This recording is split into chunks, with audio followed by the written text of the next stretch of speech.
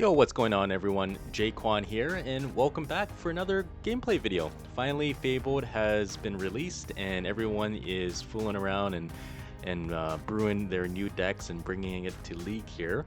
Now, we did have a lot of pretty large tournaments that happened recently for the release of Fabled, and it does seem like Blurpo, Amethyst Steel, and Amber Steel Aggro seems to be the top 3 decks right now. So I wanted to kind of bring in a different type of deck here that has done really well in the past with these colors, so it will be Ruby Amethyst. Now, as you can see, this deck is called Flicking Around. It doesn't actually use any new cards from Fabled, and it does mainly focus and strategize on dealing damage to your own characters and then moving those damages around in the terms of using Bell and Panic. And you know, with this particular deck here, so our game plan is to essentially slow the early game down, being able to use our strong characters like Goofy and Elsa to rush into other characters and then move those damage around to control the board, and then being able to draw a lot of cards through Finders Keepers. Second Star to the right, Hades, 7-drop, right? So we do have a lot of really great types of tools here in these colors, right? We have draw, we have evasives, we have board removal or targeted removal. So I'm hoping, you know, this deck does come, you know, like I guess like in fruition here to be able to play into the meta. Now with this particular game, we are versing Sapphire Steel, and this is going to be the Allies version that has been taking Storm as well. Not quite the top of, you know, the top 3, like being able to beat them consistently, but it is a very, very good deck with the release of the new Scar card from Fabled. And we'll get more into that later here once we do see that Scar being played. But it is definitely one of the cards that we do have to be very, very careful on, because that card is actually insane. So right now, getting into it here, the Sapphire Steel will choose to go first, and we will be going second. So our gameplay here for going second is to hopefully get out the Rafiki, being able to slow down any of the opponent's quest. And for turn 2, we do want to play cards like Queen of Hearts. And Queen of Hearts, essentially when it has damage on it, it will allow itself to have 3 more strength. So it'll be a very, very strong card. And how we're going to be able to put damage on it would be cards like Madame Medusa, and Madame Medusa will allow us to deal 2 damage to any one of our characters to bounce a character that's cost 2 or less to their opponent's hand.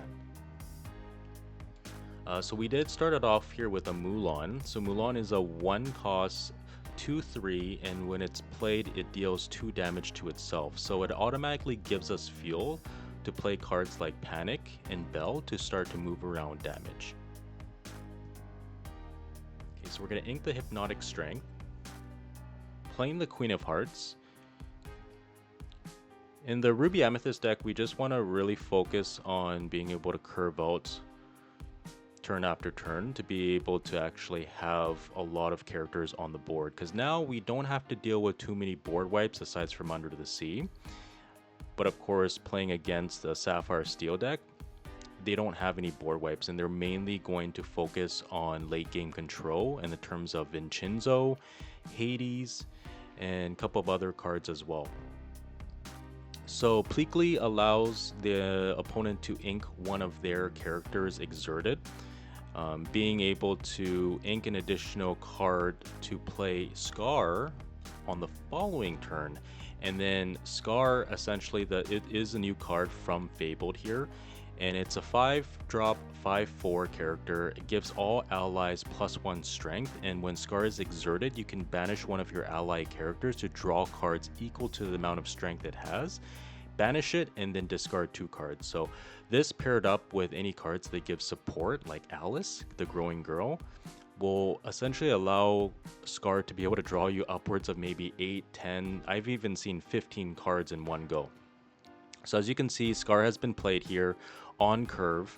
So that's the Sapphire Steel strategy here, is play a bunch of allies, play Scar, draw a bunch of cards, and then later in the game play cards like Hades and Vincenzo to seal up the game here. Luckily for us, we do have other options that could get rid of Scar, But right now it is a little bit early in the game and we don't have much ink to really use because we do have the Mulan shift. And then we also do have Elsa as well to start exerting one of their characters and then challenging in with our Queen of Hearts. We do have Lumiere on board too, so Lumiere gives all other characters +1 strength on our side of the field. Okay, so we're inking a Queen of Hearts, playing a Genie, drawing us a card, essentially building up a wide board here, because yes, the Scar's ability is extremely powerful, but it is slightly a tempo loss because you are going to be losing one of your characters for that card draw. And then obviously next turn, the chances that Scar is going to stick around because it has to be exerted to be able to use its abilities is going to be very slim, especially when we have 4 characters on the board right now. But again, the Sapphire Steel strategy is mainly on, stalling, getting a lot of card draw early in the game, and then playing big characters late game.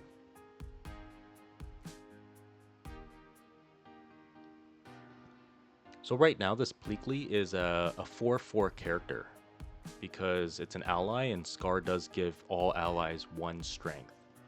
So essentially, this means that Scar could potentially banish Bleakley at the end of the turn, drawing him 4 cards and then discarding 2 cards from Scar's effect.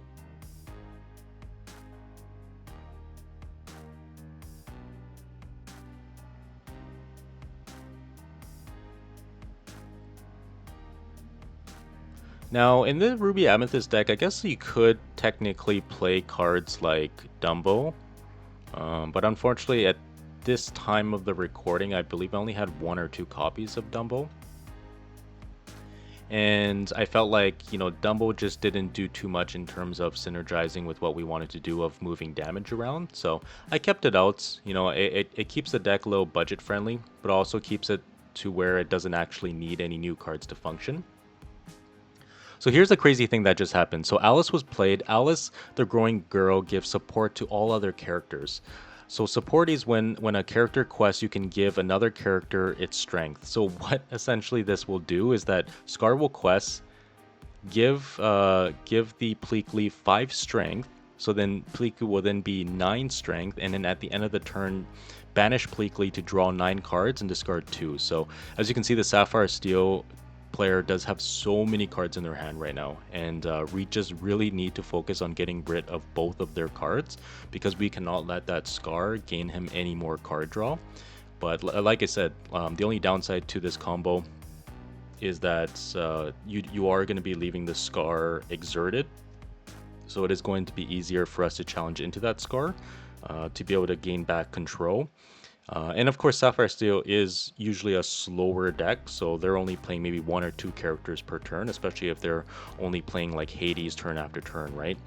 And we can play out more characters than they.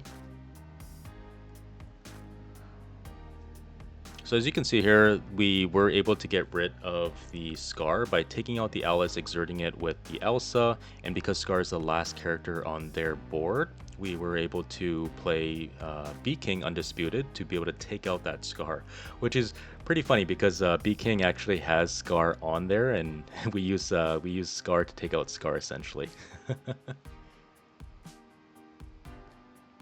So I believe we only have 2 cards left in our hand. But we do have our 4 characters on board still. The opponent does have quite a bit of cards, but again, like right now they lost a lot of tempo. So we'll see what they do here to actually come back from this game, hopefully.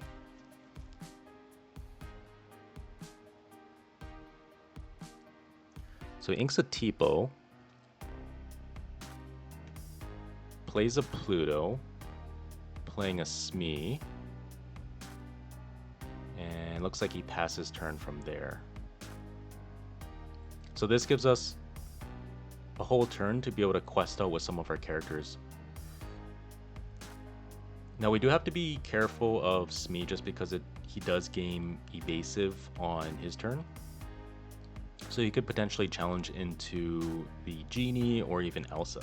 Because Smee is also an ally, if he plays out another Scar, that Smee is going to be a 4/2 character.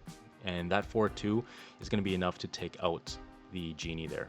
But luckily for us, we have a card here called Everybody's Got a Weakness, and what it does is that it allows you to move 1 damage from every single character, only 1, and target a character on the opponent's board, and we draw a card for each damage moved to that character.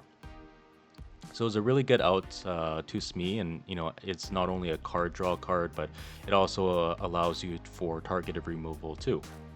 And this is a really cool card that I've been testing out, not only in the Ruby Amethyst build, but also my Blurple build as well, with Second Star to the Right. It's a Sing Together card, and you just draw 5 cards from it. So I sing together with Genie, Elsa, and Queen of Hearts, drawing myself 5 cards. So I drew 2 cards from Everybody's Got a Weakness, and then 5 additional cards from Second Star to the Right. So I drew 7 total cards on that turn, while being able to take out his Smee. So because of that play, we're able to come back on card advantage after the opponent drew like 9 cards from their Scar.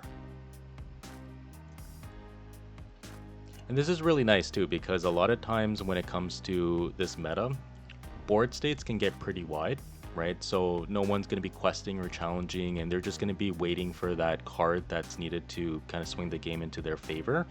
And while they're waiting for that, having all of our characters just, ready, just chilling, we're then able to sing all together, right? With Second Star to the Right, giving us 5 additional cards and being able to set up more cards for the next following turn.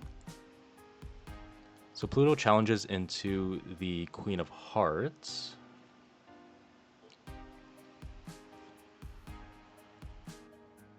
Now keep in mind that we do have 2 Lumieres on the board right now.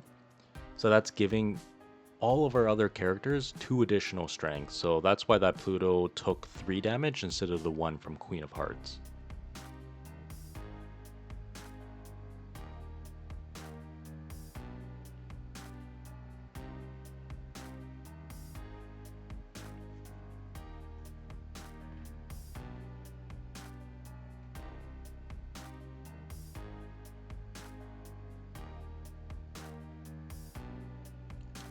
I believe Sapphire Steel can play cards like Baymax to heal up the Pluto. So that's a really cool tech that some builds actually have.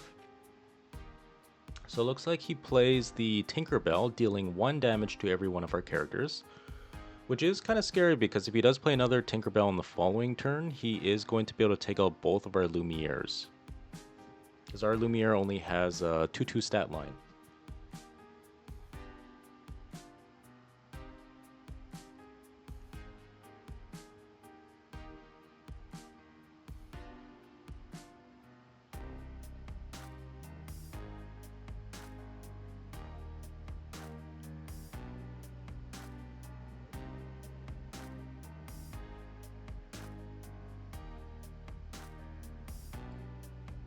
Okay, so we're playing the Elsa, exerting the Tinkerbell.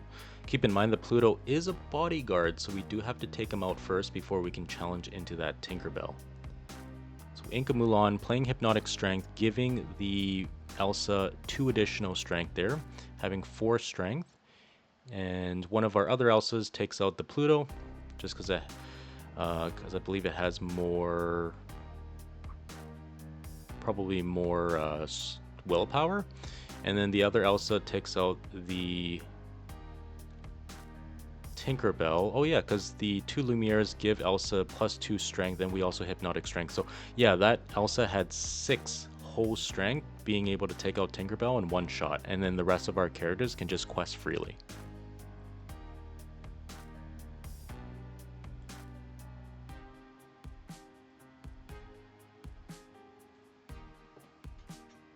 Okay, so they are playing the Vincenzo here, so it just, when it comes into play, it deals 3 damage to any character on the board. Really good way to take out our Genie here, because our Genie, is evasive. The Sapphire Steel deck doesn't have too many evasive threats, aside from their Genie Dragon and their Smees and Happies, which all, of course, need a boost from Scar to be able to take out our characters cleanly. So we're going to be singing Second Star to the Right by singing together both of the Elsas, right? Because they're 5 cost each, and drawing us 5 additional cards. And now we can hard cast the Bee King Undisputed, taking out the Vincenzo.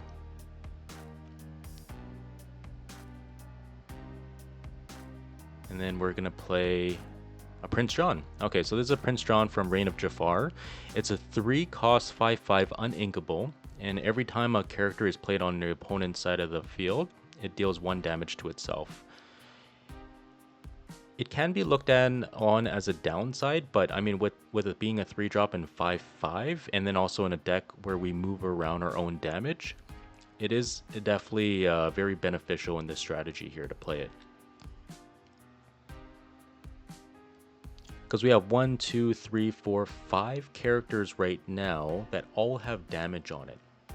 So if let's just say we have everybody's got a weakness, we can move 1 damage from every single one of our characters onto a card on the opponent's field and then draw us a card for each damage move. So that's another reason why we play everybody's got a weakness instead of a full 4 copies of Finders Keepers. So I am testing out two Finders Keepers and 2 everybody's got a weakness just to see which one I like better. And right now, like, they both have their own usage, you know, on specific situations of the game, right? So that's why I wanted to have a little bit more of a toolbox action list of having like 2 Hypnotic Strengths and, you know, 2 everybody's got a weakness, 2 Pirate's Life, 2 Bee King Undisputed, 2 Finders Keepers, and 2 Second Starts to the right. So usually because a meta is, you know, very early this time around and is still a little bit undefined, it's really nice to just be able to play around with a lot of different types of techs to see which one you prefer, because every local league is going to be different, right? So you're just kind of testing the waters with whatever is being played the most at your local meta, and then adjust your deck, you know, accordingly to that.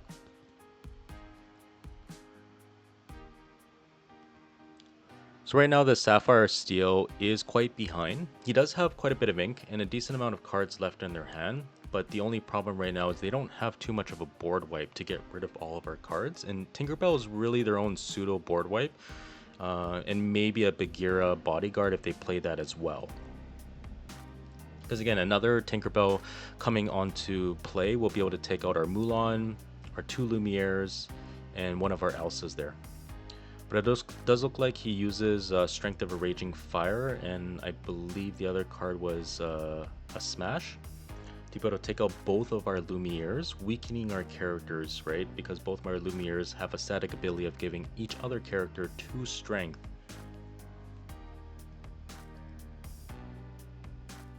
Okay, so we're going to be playing Belle, Accomplished Mystic. Moving around 3 damage from one of our Elsas over to the Pluto, which is really good because Pluto is now going to be a 1/5 bodyguard instead of a 5/5 because it has damage on it. So we're going to Ink the Pain and playing Queen of Hearts. And then playing a Rafiki. So at this point we're just going to go wide and just start questing with everything, forcing our opponent to react to our board. And because we do have a really healthy hand size, we're then able to play any cards to be able to fight whatever he's doing as well. So he plays a Captain Hook and then plays Doc, drawing him 2 additional cards. But it may not be enough for him to come back from this game here, because we have 1, 2, 3, 4, 5, 6, 7 lore on board right now, or 8 lore on board, taking us to 19 the following turn. And we do play Pirate's Life as well, so Pirate's Life could be ripped from the top of our deck and gaining us 2 lore, winning the game too. Alright, so he plays the Bagheera, crashes in the Pluto to the Mulan, because again he's worried about the Mulan shift coming down.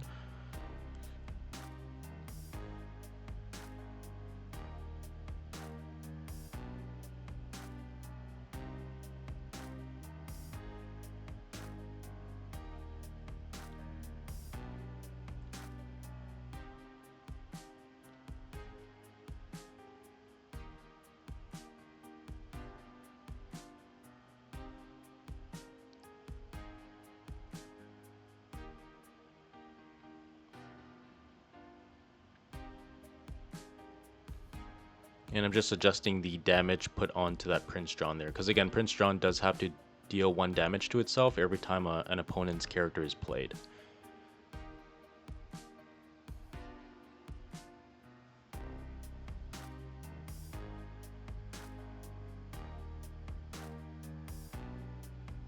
Okay, so I'm playing another Bella Accomplished Mystic, moving around more damage from Prince John. And with the 3 damage that I'm moving can either take out Captain Hook or the Dock in 1 shot here.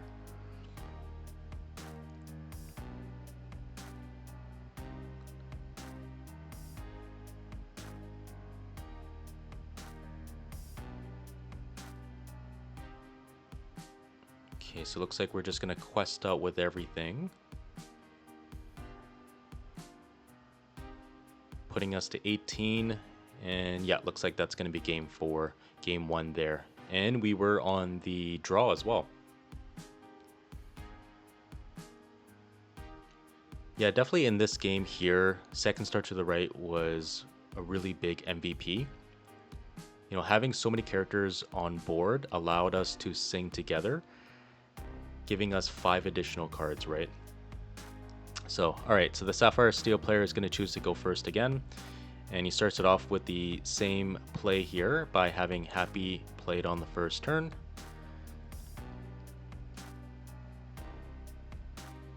We're going to ink the Mulan Shift and playing ourselves a Pain. So Pain's just a 1-cost 1/3 character. It's just there so that way we can deal damage to itself, because a lot of our characters deal 2 damage to use its ability, and Pain will allow to, you know, for you to soak up 2 of that damage, right?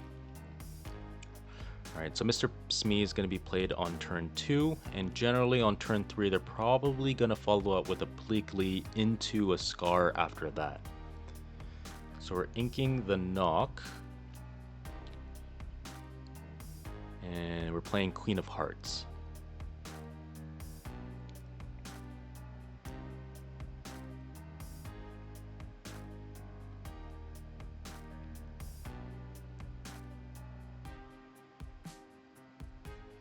Yep, so here's a Pleakley. Pleakley's going to ink a character, allowing them to play Scar on curve the following turn.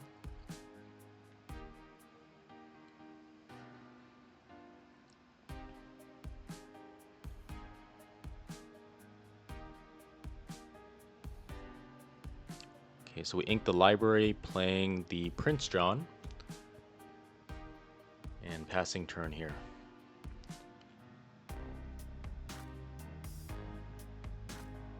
Inks a Smee and plays Aurora. Interesting. So Aurora is a card that gives all other characters on your side ward, meaning that Aurora is now the only character I can actually target with any abilities.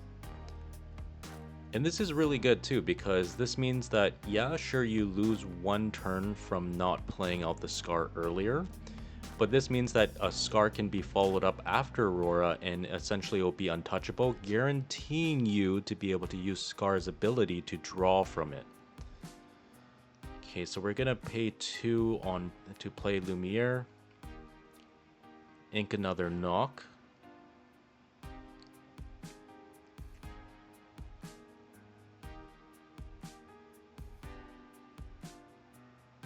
questing with Queen of Hearts and Pain. Now, the reason why I quest with Queen of Hearts is because it has a 1/4 stat line, meaning that if he tries to throw Aurora, Pleakley, or Smee into it, it is going to survive that challenge, giving it 3 additional strength because it has damage on it. And yes, of course, if he does have the Scar, it will give all his allies +1 strength, so that is also a risk that we have to take as well, but we want to be aggressive and start to gain lore as much as we can early in the game here.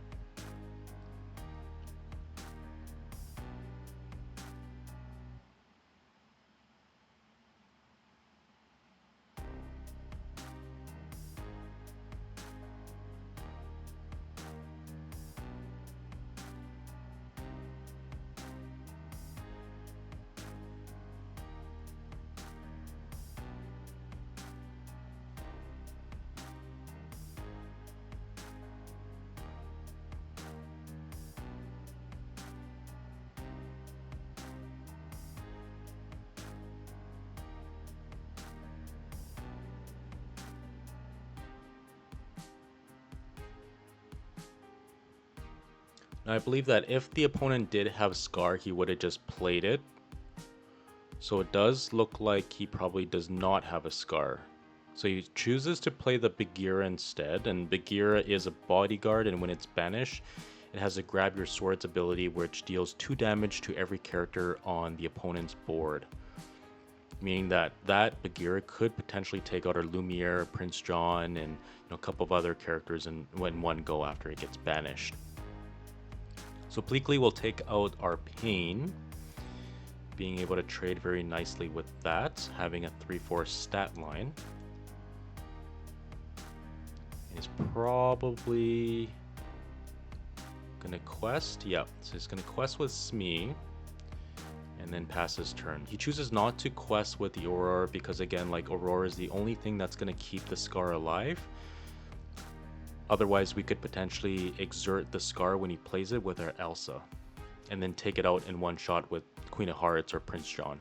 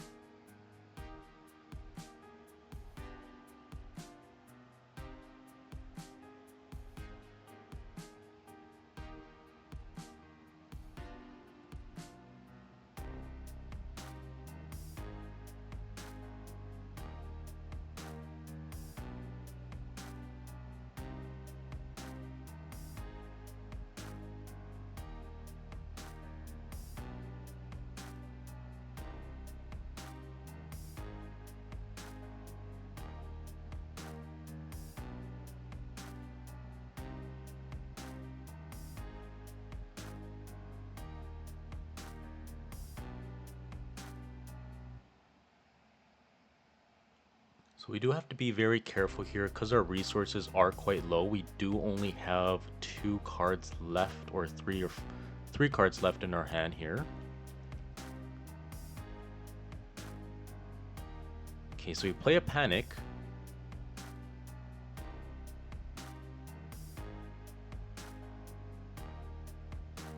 Oh no, looks like we misplayed, so then we took it back. Because we were going to move that damage over to Bagheera, taking it out.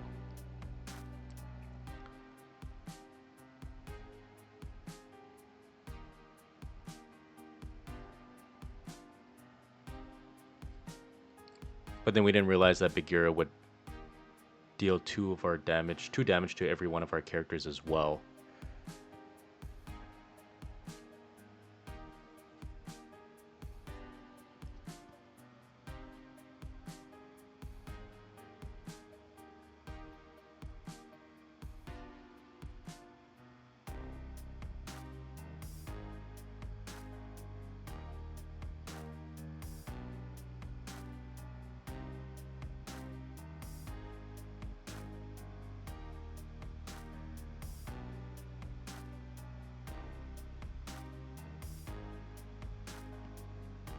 Okay, so now we're playing the Panic, moving 2 damage.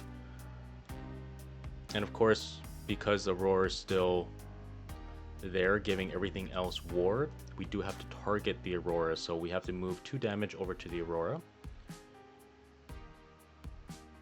Prince John will trade into the Pleakley. We're going to ink a Queen of Hearts, and we're going to pass turn from there. So he plays a Baymax, healing up the Aurora, and then gaining 1 lore for each damage healed.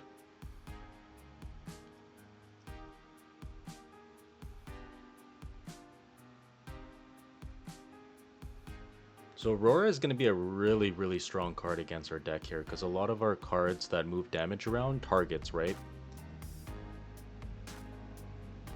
And now because he has Baymax up on board, Baymax is every time that he's when he's played or when he quests, he heals up to 2 damage. So that combined with the Aurora is going to be very strong. And now he's going to be able to play Scar, being the fact that Aurora is going to give everyone else a ward, right? So it's going to guarantee him that Scar draw next turn. So we're going to play our own Hades here with a card draw, dealing 2 damage to one of our characters and drawing 2 cards. Hopefully being able to find an out of some sort to take out the Aurora, so that way we can freely target any of these other characters here. But it may be too late, because right now he's going to go off with that Scar at the end of his turn.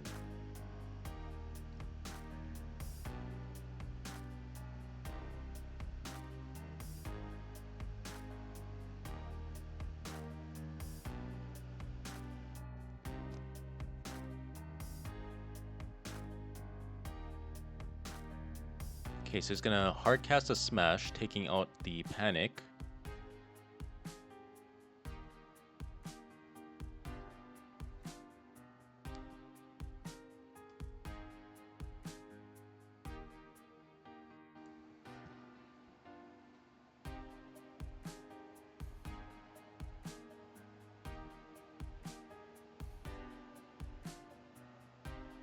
In the end turn, he's going to draw a bunch of cards from banishing the ally from Scar and then discarding 2 cards from his hand afterwards. So we're going to play a Lumiere, making our Hades a little stronger. And then we're going to play out a Rafiki, and we're going to play out a Mulan.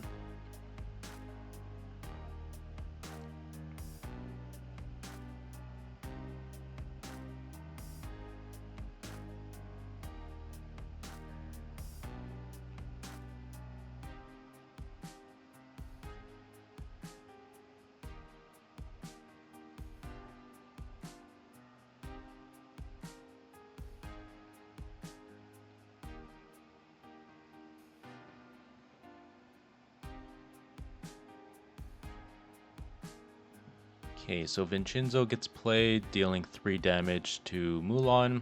And again, this is just solely because he's worried about the Mulan shift that's going to be able to deal damage once it challenges in a character. Baymax is going to take out the Hades.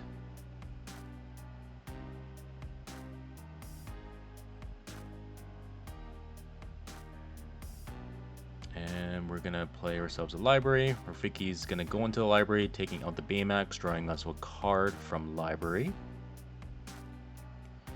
And we're going to play another Mulan, and moving both characters into the library here, just in case if he chooses to, play Tinkerbell or Smash, Strength of a Raging Fire, right?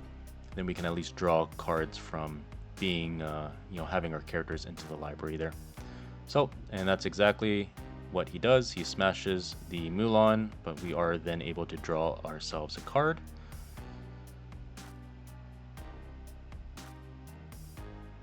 Just gonna play Genie Dragon, questing 3 from Vincenzo. Very heavy quester there. We're gonna gain 1 lore from the library at the beginning of our turn.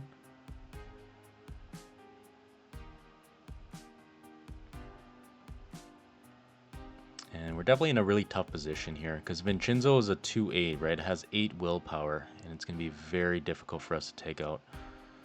But we do have Goofy, luckily, and Goofy is going to allow us to rush in for having a 5/5 stat line.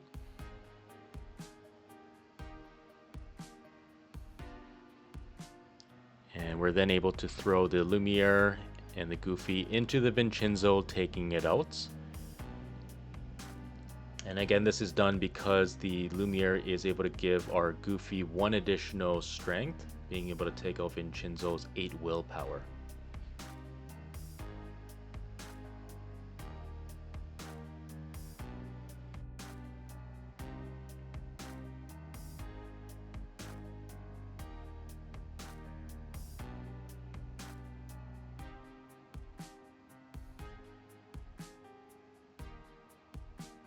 Plays out another Scar. And then Genie Dragon is going to take out Goofy, just because Genie Dragon will have evasive on his turn. And then we're going to get ourselves another card from library, and in the beginning of our turn we're going to gain another lore from the library as well. So library is doing some pretty decent work here, helping us quite a bit with card draw.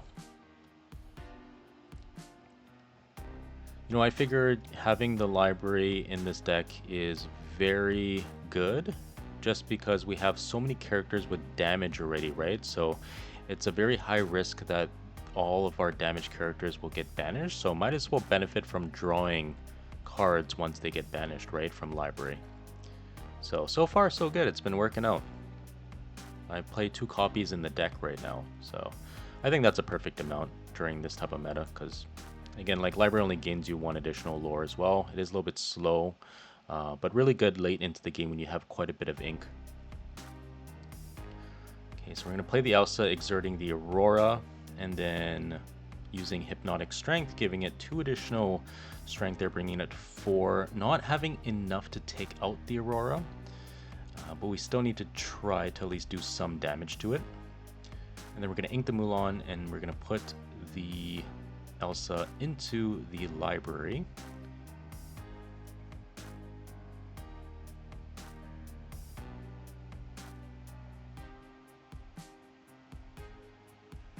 Nice, so he plays out a Hades, inking our Elsa, and we don't get the draw because it wasn't banished. He's going to quest 2 with the Scar. Luckily he doesn't have any allies on the field right now. So we're going to exert that Aurora by playing another Elsa.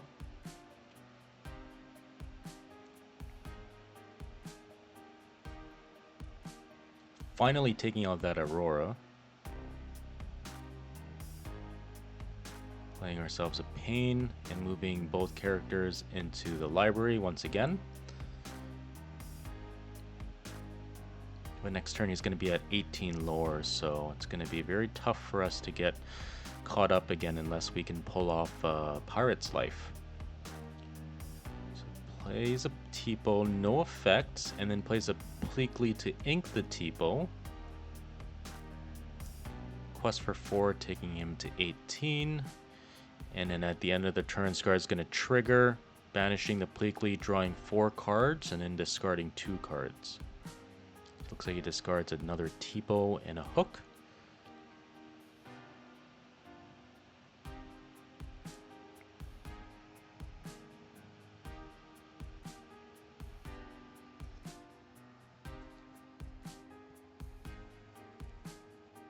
Okay, so we're going to hard cast Hypnotic Strength, giving Elsa just enough to be able to take out the Scar. And I'm going to gain 2 cards, 1 from Hypnotic Strength and 1 from the library. Now we just need to take out that Hades. And doesn't look like we have the out, so we scoop it up and we head over to game 3.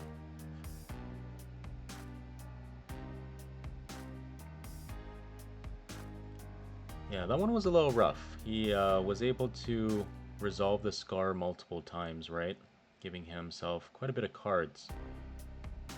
And then once he is able to draw out a bunch of cards, he's then able to sculpt his hand to be able to win late game, right? Keeping the Vincenzos, keeping the Hades, having any strengths ready to be, you know, used on any of our larger characters. I personally really like the Sapphire Steel Allies deck myself. I do have the deck made as well, which I'll showcase in another gameplay video in the future. But yeah, I personally like, you know, testing around different decks aside from Blurple, Amethyst Steel, and Amber Steel. Because I just want to know for myself, you know, how other decks play into the meta. And when you're testing a lot of these rogue decks, quote unquote, that no one's really expecting, a lot of times you can catch them off guard and gives yourselves a really good advantage, especially during set champs or DLC season, because everyone's so focused on trying to combat the main 3 decks, right? Now again, Sapphire Steel, the ally version, has been taken up by quite a bit of players in the past few weeks.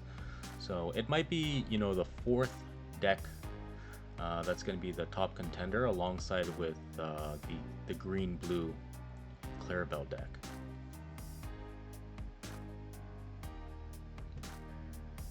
But right now, everyone's trying to gun to beat Blurple, because Blurple is just such a strong deck.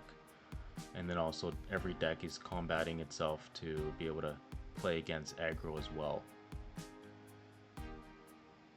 And that's why I'm playing the Ruby Amethyst build here. is because early in the game we're able to fling damage onto characters, and then our Madame Medusa is able to bounce characters early in the game as well. And then the strategies later in the game, we're able to control the board using Belle Accomplished Mystic, Elsa's, and even stalling the game out with Maui Half Sharks as well. And we do have that Goofy that has a Russian evasive 5/5. That takes out Genies, Dumbles, other Elsas, and yeah, it's just a really strong character. It's kind of a, I guess, a substitute for Maui, Hero to All, that got rotated out. Okay, so we do choose to go first, and we start off with Mulan 1-drop, giving us 2 damage onto that, allowing us to be able to potentially fling around damage using our Panic, or even Belle. And if the Mulan still sticks around to turn 5, we're then able to shift a Mulan onto there to hopefully be able to deal even more damage onto other characters. Okay, so we're playing the Madame Medusa, or we're inking the Madame Medusa and playing the Queen of Hearts. Questing the Mulan for 1.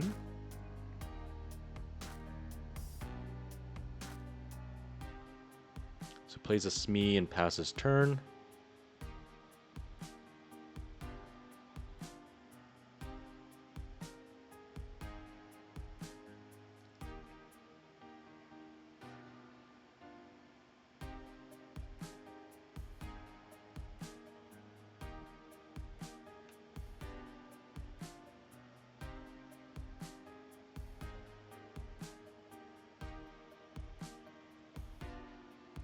Okay, so he plays himself the Genie Dragon.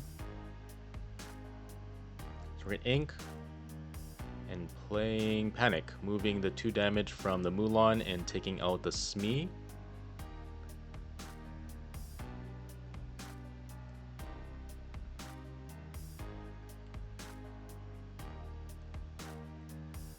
I know in some cases here, you know, moving around 2 damage from Panic or moving around up to 3 damage from Belle doesn't seem like much. But a lot of times with this strategy is to out-tempo the opponent, right? Start moving damage around and forcing the opponent to make really awkward plays to play around a lot of our damage moving cards. And we do have a bunch of characters that are able to take out a lot of his characters in terms of like Maui Half Shark, Elsa, right? So there's a lot of things that we can do to stall the game further, setting up the board. And then late game, we just sing Second Star to the Right, gaining us 5 additional cards. So as you can see here, we play the Elsa, exerting the Pluto. The Pluto is going to be a 5/5 right now.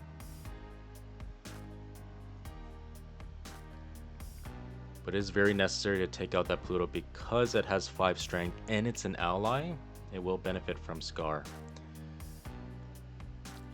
So we use the Mulan to challenge into the Pluto, dealing 2 damage to it, but then dropping the Pluto's strength down to 1. And now we're able to move in with the Elsa and Queen of Hearts, taking it out, triggering the Queen of Hearts ability, giving itself 3 additional strength, and then taking out the Genie Dragon from the Bee King Undisputed there. So we play our own Genie, giving us another card. And now we do have to be careful because he does have that Aurora on the board, and all of our characters does have targeting abilities here when moving around damage. But chances are that Aurora is not going to challenge into any of our characters because then you risk losing it. So I do choose to just quest with everything. And this is a crazy play here. So he plays a second Aurora, and because both Auroras give each other character ward, now because you have 2 Auroras, both of these Auroras will have ward alongside with every single other character that they play out. So now having 2 Auroras on the board essentially makes all of our targeting cards useless. So now we just have to win by brute strength, by going wide and just questing in. So we'll see if we can do it here.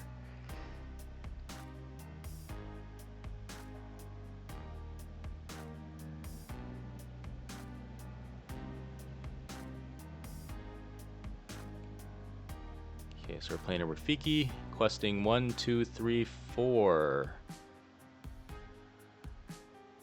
Oh, 5, because Panic has 2 lore instead of 1. That's really nice. Because then that takes us to 11 lore right now. Meaning that we could potentially have Letho really, really soon if he doesn't do anything with those Auroras. So I think those Auroras came down a little too late here. Because again, those Auroras don't really do much if you're not challenging or questing with them and you're just leaving it up, right?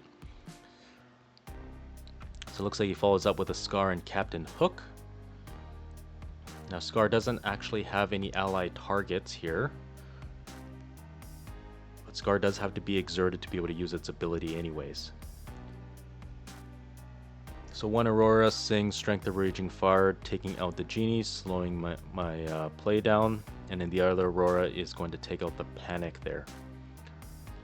And he's forced to do this because, again, he's essentially leaving out too many characters for me to go wide on.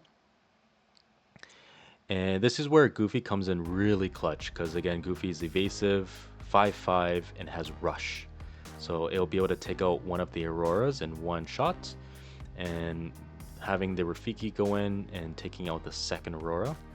And allowing ourselves to just keep questing and controlling the board. So it looks like he top decks a Dock, allowing him to draw 2 additional cards. But see, this is the downside of Scar, right? So if let's just say he uses Scar to challenge one of our characters or quest with it, and then uses Scar's ability at the end of the turn, he's essentially losing out on another character there, right? So he's going to lose a little bit tempo, which is going to be good for us because we're very close to winning this game here. We just need 7 more lore. But right now he can't even touch any of our characters. He can't touch the Goofy and he can't touch the Elsa just because they're both evasive right now.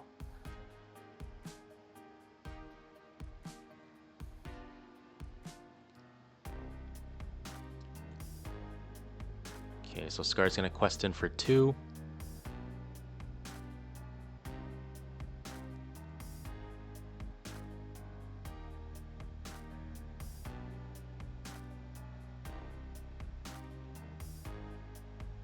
End turn, he's going to banish Dock, drawing him 2 cards and discarding 2 cards. Discarding 2 T-Bills.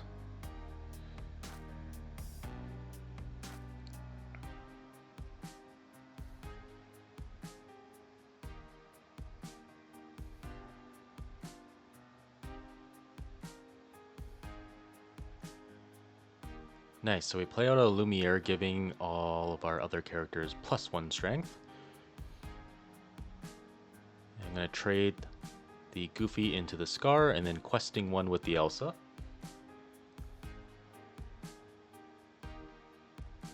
So at this point in time, in this game state, it would be a lot better to have Finders Keepers over Everybody's Got a Weakness. Just because the game has slowed down tremendously, just having each of our characters going at each other and challenging and slowing down the game state and simplifying the board as well.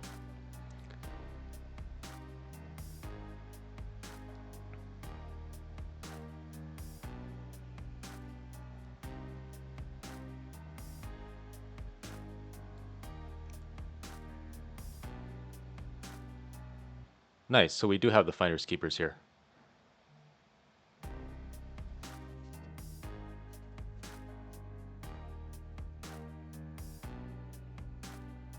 So we're going to ink an Elsa.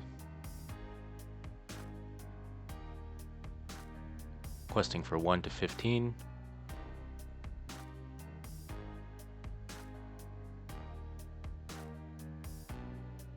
And questing with Lumiere to 16. Again, like Lumiere isn't going to do too much right now, staying in ready, just because we just want to be able to play as many characters and just get that 4 lore somehow to finish up the game. So the opponent does play Lady Cluck. So Lady Cluck is a 2/7 ward and bodyguard. So very interesting tech in the Sapphire Steel Allies deck here. And quite good actually, just because it does have a huge amount of willpower there. So we're going to play the Hades, dealing 2 damage and drawing us 2 cards.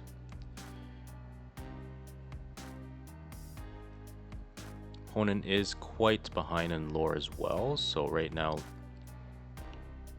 best thing for us to do is just to build up our board here, clean up some of the bigger characters he has, like either Lady Cluck or Scar, through Be King Undisputed.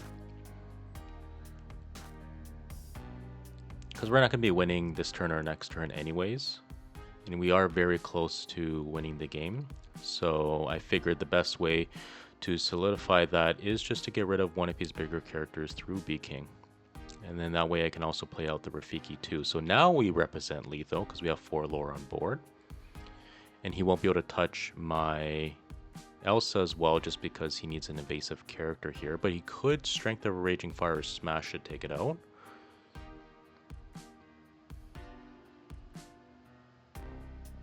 Okay, so he plays a Tinkerbell, dealing 1 damage to all of our characters.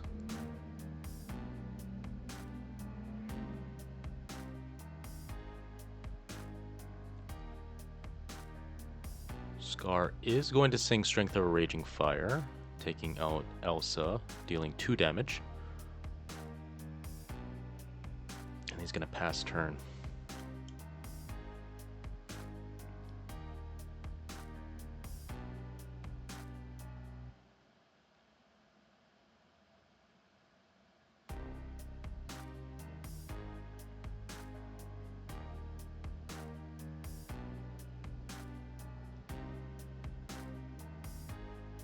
So we're playing Elsa again, exerting the Tinkerbell. And then playing the Yelena, giving our Rafiki an additional Challenger +2. So it will then have Challenger 5, being able to take out the Tinkerbell in 1 shot. Hades is going to quest for 2, dealing 2 damage to the Elsa and drawing us 2 additional cards.